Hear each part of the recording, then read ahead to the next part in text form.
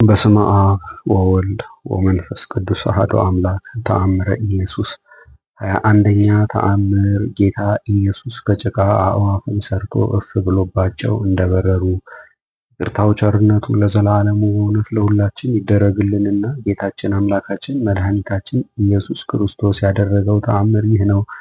ከዕለታት በአንደኛው ቀን ጌታ ኢየሱስ ከሕፃናት ጋር ሲጫወት በውሃ ጭቃ አደረገና ከውስጡ በታናናሽና ታላላቅ አዕዋፍ አምሳል ስዕል ሰራ። ከዚያም እፍ አለባቸውና በነፍስ በሥጋ በረው ሄዱ።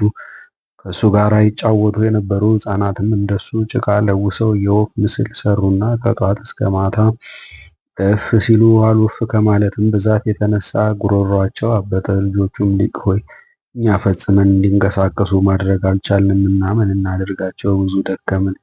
እባክህ አንተ እፍ በልባቸውና ይብረሩ አሉት። ጌታ ኢየሱስ ግን የሚያደርገውን ያውቃልና ቸል አላቸው። እነሱም ደግሞ እፍ ሊሉባቸው የሄዱ። አንደኛው ልጅ ግን ከጌታችን ከእግሩ አጠገብ ተቀምጦ አቤቱ ይህ ጭቃ እፍ በማለቴ አዕዋፍ ይሆን ዘንድ ስልጣን ስጠኝ፣ እስከ ዕለተ ሞቴ ድረስ አገልጋይ እሆንሃለሁና አለው።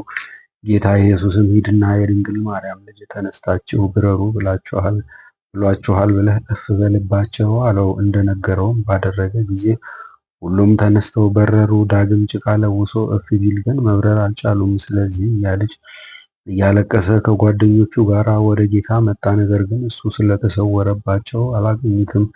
ለአባትና እናቶቻቸው ነገሯቸውና ይህ ነገር እጅግ አስደንጋጭና አስፈሪ የሆነ ይቅርታው ቸርነቱ ለዘላለሙ በእውነት ለሁላችን ይደረግልን፣ አሜን።